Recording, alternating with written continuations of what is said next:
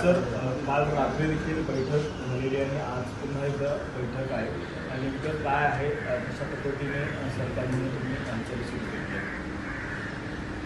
निकाल आता विस्ताराने चर्चा झाली म्हणजे ॲडव्होकेट जनरल आमच्याबरोबर झाली आणि माननीय मुख्यमंत्री मोदींच्याबरोबर झाली. त्याच्यामध्ये काही कायदेशीर मुद्दे उपस्थित दिसत आहेत. मला वाटतं त्यासाठी आम्ही पुन्हा एकदा सकाळी न्यायमूर्ती शिंदे साहेबांनी समवेत ॲडव्होकेट जनरल बसलो आणि मग माननीय मुख्यमंत्री चर्चा करून जे काही त्याच्यातले त्यांनी उपस्थित केलेले मुद्दे आणि आमचा अभिप्राय आम्ही त्याचा आमचा प्रस्ताव आम्ही त्यांना पाठवतो. सर प्रामुख्याने हैदराबाद गॅजेट असेल या सातारा गॅजेट असेल या दोन विषयांवर खरं तर ते प्रामुख्याने मान्य होतं की ते लागू करा आणि या अगोदर दोन्ही कोर्टाकडून खरं तर नकार देण्यात आलेला. यामुळे दुसरा काही पर्यायी मार्ग सुचवला जाणार आहे का? असं की पण जो काय शासन स्तरावर दुर्लभ त्यासाठी लागतो की कोणताही निर्णय करताना जे stand test of the court म्हणजे कोर्टाच्या परीक्षेला आम्ही उत्तीर्ण झालं पाहिजे. कोर्ट आणि सन्माननीय जरंगे पाटील साहेब आहेत ते त्यांचीसुद्धा सातत्यानं जी मागणी असते पण ती मागणी मान्य करायची कोणीतरी मग न्यायालयात जाऊन त्याला स्थगिती द्यायची की तो सगळा प्रकार विनाकारण मग तो अंमल जातो गैरसमज होतात.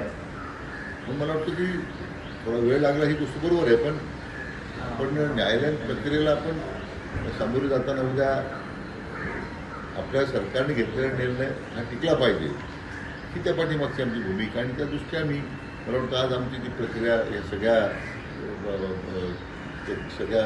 बाजू तपासल्याच्या नंतर निश्चितपणे मग मला वाटतं तो मसुदा मी त्यांच्याकडे पाहतो. एकूण या संदर्भात आता सध्या पाहायचं तर मोठ्या प्रमाणात मुंबई जिल्हा कुठेतरी वेटीस धरलं जात आहे असे प्रश्न हे वारंवार उपस्थित होतात. आज जर का पाहायचं तर आर्थिक राजधानी आहे BSC असेल किंवा RBI असेल असे काही ठिकाणी देखील जात आंदोलक हे घोषणाबाजी नारेबाजी करताना असतात. एकूणच उपसमिती याकडे कशा प्रकारे लक्ष आहे काही या संदर्भात मनोजरांनी यांच्याशी चर्चा करून त्यांना या संदर्भात सूचना करणार त्या बोलणार नाही. मी गेले 2 दिवस ते जरंगे पाटील सगळं आवाहन करतो की मराठा आरक्षणासाठी आपण 58 मोर्चे काढले आणि सगळ्या जगामध्ये त्याचं आश्चर्य होतं की इतके मोर्चे आरक्षणाच्या लोकांनी निघाल्याच्या नंतरही कुठं गालबोट लागली नाही, कुठं त्यामध्ये समाजाची बदनामी झाली.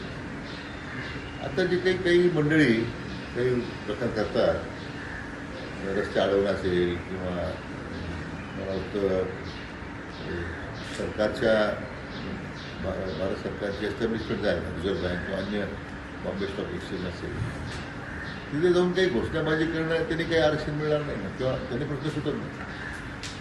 आज जरंगे पाटील स्वतः आझाद मैदानावर बसलेले आहे. मला वाटतं सगळ्या मराठी बांधवांनी आझाद मैदानावरच गेलं पाहिजे आणि त्या आंदोलनामध्ये आपला सहभाग नोंदवला पाहिजे. आपण मुंबईला आलो कशा करता त्यामुळे मुंबईकरांचे हाल नको, आपल्याला आपली बदनामी नको. थोडा वेळ आंदोलकांच्यामुळे मुंबईमध्ये थोडा काही परिणाम होईल तर त्यांनी काही फार मला वाटत नाही की इतक्या आपण त्याच्यामध्ये काही टीका करण्याचं कारण आहे. शेवटी आपल्या भावना व्यक्त करताना खूप मराठा बांधव आझाद मैदान जर एकत्र येत असतील तर हे काय वाजू काही नाही. पण त्या व्यतिरिक्त अन्य ठिकाणी जाऊन मग आपण दैनंदिन जे जीवन विस्कळीत करण्याचा प्रयत्न करायचा त्या समाजाची बदनामी होतं याचं भान ठेवलं पाहिजे.